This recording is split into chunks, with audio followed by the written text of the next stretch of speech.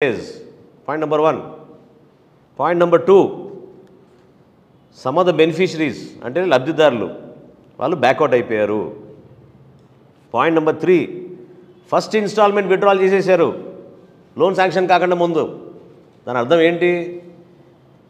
మీరు వైఎస్ఆర్సీపీ పార్టీ శ్రేణుల కోసమే ఈ 18,750 రూపాయలు మీరు బటన్లు నొక్కి వాళ్ళ ఖాతాలోకి ఇచ్చేశారు. ఇది బ్యాంకర్లకు ఇచ్చిన నివేదిక, స్టేట్ లెవెల్ బ్యాంకర్స్ కాన్ఫరెన్స్లో జరిగిన నివేదిక ఇది. 4వ పాయింట్, కమర్షియల్ బ్యాంక్స్ మీకు సహకరించడం లేదని చెప్పారు. ఇది మీ డిపార్ట్మెంట్ ఇచ్చిన నివేదిక అండి. అసలు నివేదిక లేదంటారు, ఎస్ఎల్బీసీ జరగలేదంటారు. అక్టోబర్ 30 తారీఖున స్టేట్ లెవెల్ బ్యాంకర్స్ కాన్ఫరెన్స్లో జరిగిన సమావేశంలో ఈ వివరాలు పాపం మంత్రి గారికి సమయం దొరకలేదో, లేకపోతే ఆయనకి అటువంటి అవకాశం దొరకలేదో, లేదా అధికారులు ఆయనతో షేర్ చేసుకోలేదో వాళ్ళు ఇచ్చిన నివేదిక ఇది.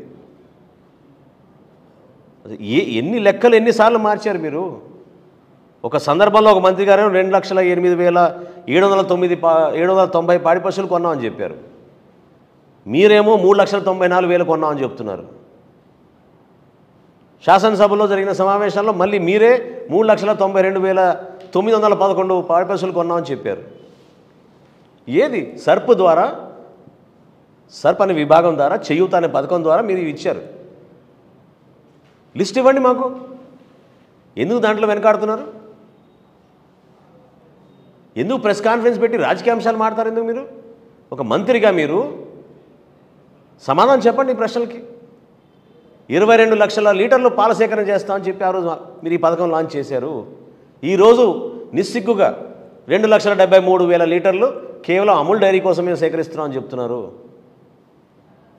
అంటే చేయూత పథకం, పాడి పరిశ్రమ రాష్ట్రంలో ఏర్పాటు చేసేది కేవలం అమూల్ డైరీ కోసమేనా?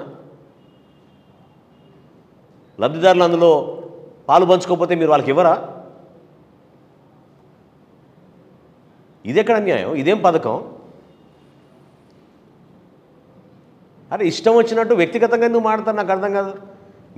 మీ శాఖ గురించి మీకు పట్టు లేదు, మీ శాఖలో జరిగిన అవినీతి గురించి మీరు మాట్లాడండి. నేను మొన్నే చెప్పా, జనసేన పార్టీ నవంబర్ 14 నుంచి రోజుకు ఒక పత్రికా సమావేశం ఏర్పాటు చేసి ఈ ప్రభుత్వంలో జరుగుతున్న స్కామ్స్ ఎండగడతాం. అందులో ఈ మంత్రి గారి స్కామ్ ఇంకోటి ఉంది, అంబులెన్స్ల స్కామ్. అది కూడా తీసుకొస్తాం ప్రజల ముందు. సిద్ధమవ్వండి మీరు సమాధానం చెప్పడానికి. అధికార యంత్రాంగంలో ఉన్న అధికారులు చేశారా, లేకపోతే మీరు చేశారా, మీరు కలిసి వాళ్ళతో పాటు చేశారా? ఎక్కడ పోతారు మీరు? ఎందుకు మీరు ఇన్ని రోజుల తర్వాత ప్రెస్ కాన్ఫరెన్స్ పెట్టి వ్యక్తిగత విమర్శలు ఎందుకు చేస్తున్నారు? మీరు మీలో నిజాయితీ ఉంటే ఈ బెనిఫిషరీస్ లిస్ట్ బయట పెట్టండి. ఏ గ్రామంలో ఎవరు లబ్ధి పొందారు, ఎక్కడ పోయినాయి ఈ 18,750 రూపాయలు, ఎంతమందికి ఇచ్చారు మీరు? 3 లక్షల పై చిలుకు మీరు పశువులు కొన్నామని చెప్తున్నారు. క్షేత్రస్థాయిలో మీ అధికారులు ఇచ్చిన నివేదిక 8,000.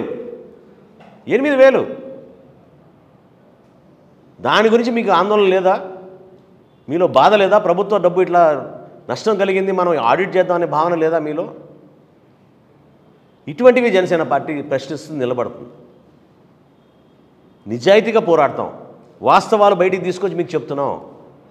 మీలో చిత్తశుద్ధి ఉంటే పదండి జిల్లాకి వెళ్దాం. ఏ జిల్లా అంటే ఆ జిల్లా ఎంపిక చేసుకోండి. మంత్రి గారు లిస్ట్ ఇవ్వండి. మండల వారీగా, గ్రామాల వారీగా మీరు లిస్ట్ ఇవ్వండి. ఈ పథకం ద్వారా ఎవరైతే మహిళా మనులు ఉన్నారో వాళ్ళకి మీరు ఎంత అన్యాయం చేశారో. 738 కోట్ల రూపాయల సబ్సిడీ మీరు దారి మళ్లించారు. ఎక్కడ పోయినాయి నిధులు? 2,887 కోట్ల రూపాయల స్కామ్ ఇది. మేము డిమాండ్ చేస్తున్నాం జనసేన పార్టీ నుంచి, మీరు ఇచ్చిన లెక్కలు ఎందుకు మారుతున్నాయి ప్రతి సందర్భంలో? మీలో నిజాయితీ ఏది? మీ శాఖలోనే మీరు ఏ విధంగా అంబులెన్సులు కొనుగోలు చేశారో మొదలు పెడతాం. నెక్స్ట్ వీక్ చెప్తాం ఆధారాలతో సహా. ఈ విధంగా మీరు స్కాములు చేసుకుంటూ పోయి మీరు అద్భుతమైన పరిపాలన అందిస్తున్నాం. సంక్షేమంలో అసలు మాకెవ్వరు కాంపిటీషన్ లేరు. జగన్మోహన్ రెడ్డి గారు పేదల కోసం ఆలోచిస్తారు. క్లాస్ వార్ ఇదేనా? Class war. పేద మహిళల్ని మోసం చేసి పాల ఉత్పత్తి అద్భుతంగా పెంచేసామని చెప్పి 22 లక్షల లీటర్ల పాలు మీరు సేకరిస్తామని చెప్పి ప్రకటించి ఈ రోజున చాలా తెలివిగా 2,73,000 లీటర్లు అమూల్ డైరీకి ఇస్తున్నామని చెప్తున్నారు. మంత్రిగా దీనికి జవాబు చెప్పాలి.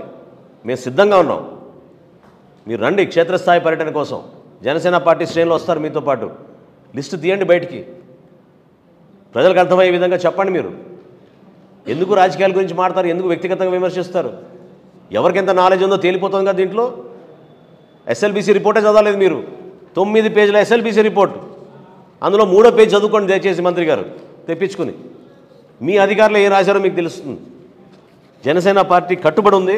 నవంబర్ 14 నుంచి ప్రతిరోజు ఒక పత్రికా సమావేశం ఏర్పాటు చేసి ఈ ప్రభుత్వంలో జరుగుతున్న స్కామ్స్ని ఎండగట్టి ప్రజలకు అర్థమయ్యే విధంగా మేము ఒక బాధ్యత తీసుకుని ఒక మార్పు తీసుకొద్దాం. ట్రాన్స్పరెంట్ విధానంలో పరిపాలన జరగాలి, మోసపూరితంగా జరగకూడదనే దానికి మేము కట్టుబడి ఉన్నామని ఈ సందర్భంగా తెలుపుకుంటున్నాను.